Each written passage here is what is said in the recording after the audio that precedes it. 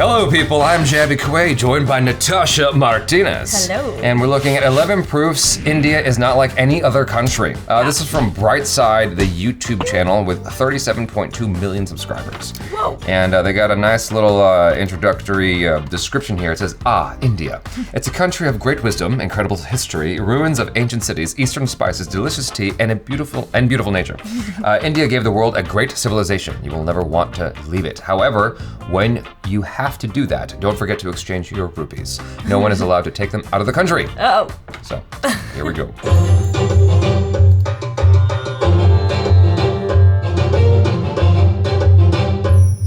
Hey everybody, simple question for you. Who doesn't love traveling? Well, I sure do, and I've been to a lot of different countries. But there's one that will stick with me forever, India. Like I said, I'm pretty well traveled. I like to go abroad at least once a year, so I've got a lot of trips under my belt. But when a friend told me that I just have to see India, well, that's exactly what I did. I thought that was him for a second. I went in September, the last month of the summer monsoon. It was pretty dry and sunny, but with short rains here and there. The perfect weather for a traveler, if you ask me. Being the confident and well-experienced globetrotter that I am, I went there prepared. Oh, is this him? And I thought I was ready for anything.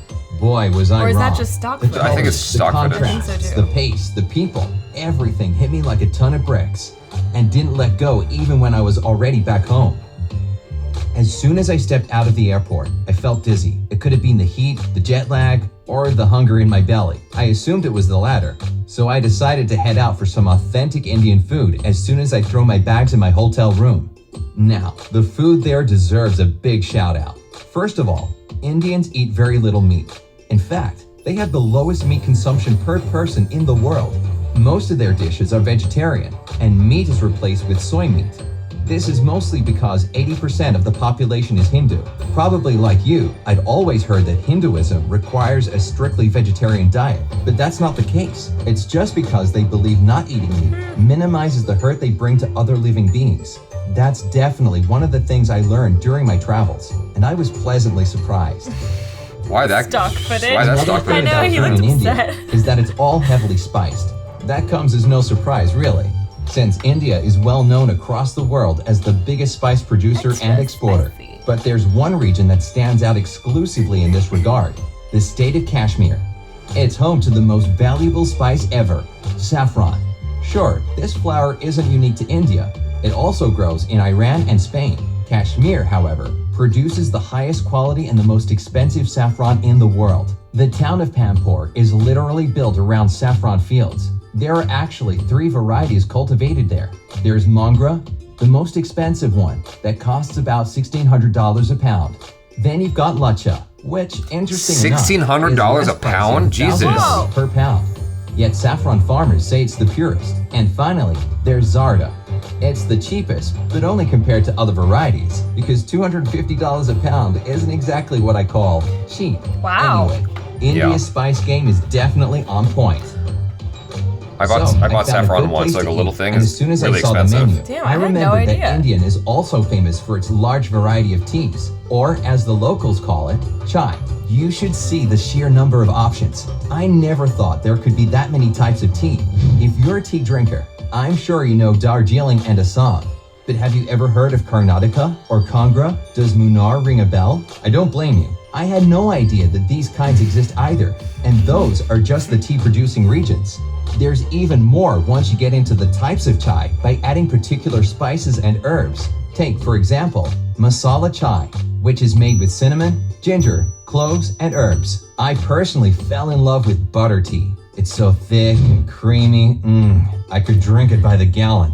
Basically, you take tea leaves, some butter, hot water, and salt. Mix it all up and thank me later. Also, that just sounds not, I mean. It sounds like something else. Yeah. Plenty of chai pumping through my veins. I was ready for some sightseeing. I landed in New Delhi, so I spent the rest of the day walking around and taking in all the sights. Whenever I go abroad, I like to carry a little phrase book in the local language.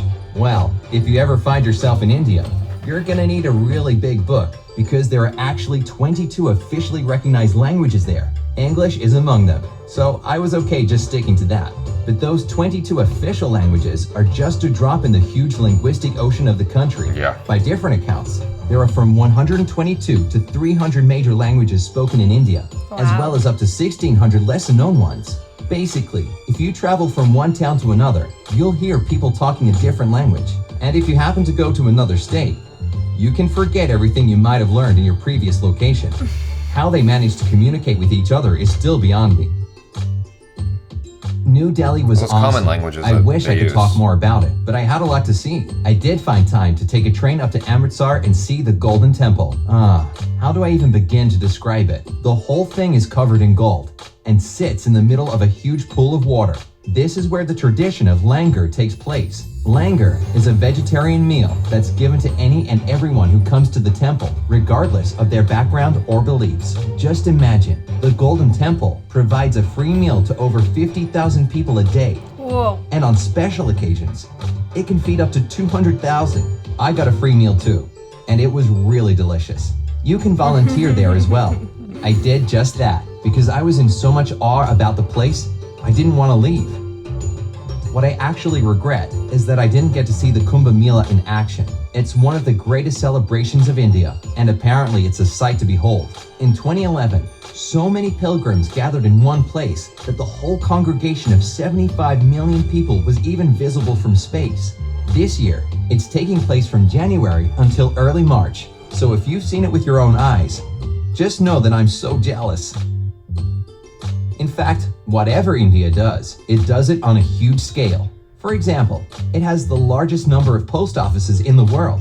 Wherever you go, you'll stumble upon one literally on every corner. The irony of this is that it doesn't really help the situation with delivery times. One Indian guy told me it's totally normal to wait for your package to be delivered in 2 weeks' time, even if it was sent from a nearby town. But hey, patience is a virtue. But it doesn't stop there. India places third in terms of the number of Guinness World Record holders. The world's fastest nose typer, the most expensive wedding ever held, and the most selfies taken together are just a few of the bizarre world records held in this country. What else? The largest railroad network in the world? Check. Well, almost, since the United States does technically have more. But anyway, India has built over 3.5 million miles of railroads, which, considering the smaller size of the country, still means easier transit within and between different locations. With that in mind, it shouldn't really be a huge surprise that Indian Railways is also the largest employer in the world. It has over 1 million employees, and considering the country's extensive railway network, these people are scattered throughout India, from the smallest villages to the biggest cities. The number of jobs grows every year, so it looks like you could always get a job there if you're looking for employment in India. Anyway, what can I say about my final impressions? I was blown away, and I seriously didn't want to leave this fascinating place. Visiting it was like going to a whole new world for me. I tried to get as many souvenirs as I could, but I almost forgot one important thing. If you ever go there, by the way, you'd better remember it too.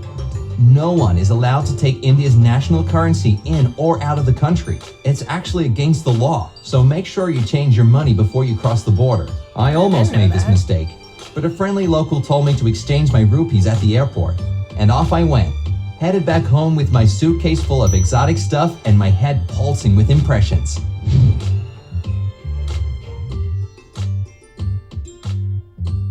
That's already the biggest. Oh. His accent was interesting. The way he was pronouncing certain words, I'm like, I don't think he's American. Well, I don't know what that have accent you is. watched videos from Brightside before? No. I mean, he sounded like a robot. Like, I don't think that was an actual person. It sounded like a computer. Like, to me, it did, at least. So you've watched Brightside in the past? No, I haven't. Okay, gotcha. But I just was, like, thinking right away, I was like, is this somebody really, like, narrating this? Or is it, like, a computer saying, like, what was typed? I think it was someone narrating it, Yeah? but like, I don't know for sure. It was a particular inflection in the voice. I mean, it's entirely possible. When you're doing a lot of these kinds of videos, you get in the habit of just like performing it a particular way. Yeah. And so I think that's why it has that sort of cadence to it where it sounds sort of robotic, because like I'm sure that Brightside puts out lots of videos every single day. Like how like newscasters talk, they get stuck. Well, yeah, well the newscaster speak is done for a particular reason, because it's neutral. It's a neutral sound, a neutral inflection. That's why it sounds the way that it does. For those of you that don't know, like the news reporters here in the States have a very particular cadence, a very particular way of talking that sounds unnatural as, you know, regular people. That started a long time ago because of different regions of the States or wherever, or Europe, where it was the easiest way to make it accessible to everybody. Yeah. That's why. I love how I didn't know that and I went to journalism school. I got that from a YouTube video that I watched some time ago, but yeah, like they put out several videos every single day. Yeah. And so I don't know if it's one person. I would imagine that this is a team, like a large team. They're at well over 30 million subscribers, so that's what would make sense to me. I thought that the video was, you know, pleasant, it was interesting, and it was informative. A lot of the stuff- definitely informative. Yeah, a lot of the stuff they were talking about I had actually already known, but it's cool to, you know, get familiar with it again. It's home to the most valuable spice ever, saffron. The saffron thing was the thing that jumped out at me. Same. Like it didn't even really register in my brain like how much it costs. And then I was like, oh wait, hold on a second. Like this is expensive. Yeah, I bought saffron once because I heard it was like, it's very tasty. It's this little tiny thing. I might even, let me see. Like if you have something in the restaurant, like at a restaurant with saffron, does that like up the price? I'm sure it does. I just had no idea it would cost that much money. Oh, my saffron is Spanish saffron. I think this was $20. Damn, for that little thing? For this little thing, I think it was 20 bucks. At Trader Joe's? Yeah, saffron's very expensive. And you haven't opened it. No, I haven't opened it yet. So they only give you this much. Like it looks You don't need much. empty. You don't. Oh, okay. You don't need much. I don't even actually know if I know what saffron tastes like. Yeah, you don't need much for it to like be potent, for it to like have like flavor and kick. That's the thing about it. This looks like the Mongra. I mean, I don't know if it's different because it's a Spanish from saffron. Spanish, I don't know. But anyway. Or from Spain. And so. Yeah, that was interesting. If I was planning to go to India for the first time, this would be like a very informative video to watch. Yeah, it's a nice little preemptive thing. The butter tea was funny. It's so thick and creamy. I could drink it by the gallon. That was weird. Yeah. Like, come on, you're a grown up. You know exactly how that sounds. The way he said it too was funny. You know how that sounds. We're all grown ups. You know also, butter tea just makes me feel like I would just gain 10 pounds from drinking it like every day. It's possible. There are actually 22 officially recognized languages there. The languages thing was really interesting. I didn't know that there were that many languages spoken. He was saying he doesn't know how they communicate with each other. I think that there's a lot of overlap because there's a lot of Indians who speak English. There's a lot of Indians who speak Hindi. Those are the two of the, I think, if I'm not mistaken, two of the biggest languages in India. A lot of people are bilingual and trilingual in India. Like they speak multiple languages. That's how they're able to communicate with each other, I think. Bilingual at the very least. Yeah, some of the stock footage was interesting to me. It was well put together, and it's like all the transitions and stuff, and like it flew by. Like I didn't feel the 8 minutes and 40 seconds. No. Like it moved quick. Kudos to the editor for doing all those transitions and whatnot and putting a wide variety of stock footage in there. There were some stock footage choices where I'm like, why did you pick that? Like it was like something happy, and then the guy's like, upset. Yeah, it was peculiar. The thing that took me by surprise was the, what's it called, the Longar? The narrator said that he volunteered, but I watched another video that talked about how volunteering, like you're on that waiting list for a long time because so many people want to volunteer. So it was actually surprising to me that he was able to, assuming he's just a traveler and like not there for very long, you'd have to wait a considerable amount of time to be able to volunteer, unless they were just like, oh, well, you're white or you're a guest. We know you're not going to be in the country for long, so we'll like move you to the front of the line or something. I don't know. Like he really is a robot, and this is just you know, like an imaginary trip that he's describing. Sure. I don't know. It's possible. And now I want to watch more of these Brightside videos because I think with the stock footage and the inflection, just kind of made me feel like, oh, maybe this isn't a real person. Yeah. But then maybe I'm, you know, an asshole, and here I am saying, that guy sounds like a robot. Yeah. It shouldn't really be a huge surprise that Indian Railways is also the largest employer in the world. The thing with the railroad system being one of the biggest employers in the world, I had no idea. That's new to me. How big the railway system is, I should have known that. I didn't know that until this video. You see that all the time in Indian films. Yeah, like, you do. The train systems and whatnot, like trains being used and whatever. I'm like, oh, I didn't even think about the fact that it's probably one of the biggest employers of India. Yeah. Definitely. I didn't know the thing about the rupees either. Yeah, it's interesting. Like, what are they gonna do to you if you try to take like a rupee? It's so small in value. Like, what would they do if you tried to take a single rupee note out of the country? I don't know. But anyway. Now I'm scared. Yeah. You guys, thanks so much for hanging out. Hopefully you enjoyed some of that. Be sure to check out Natasha on the social media. I am Jaby Koay. This is Natasha Martinez. Peace out.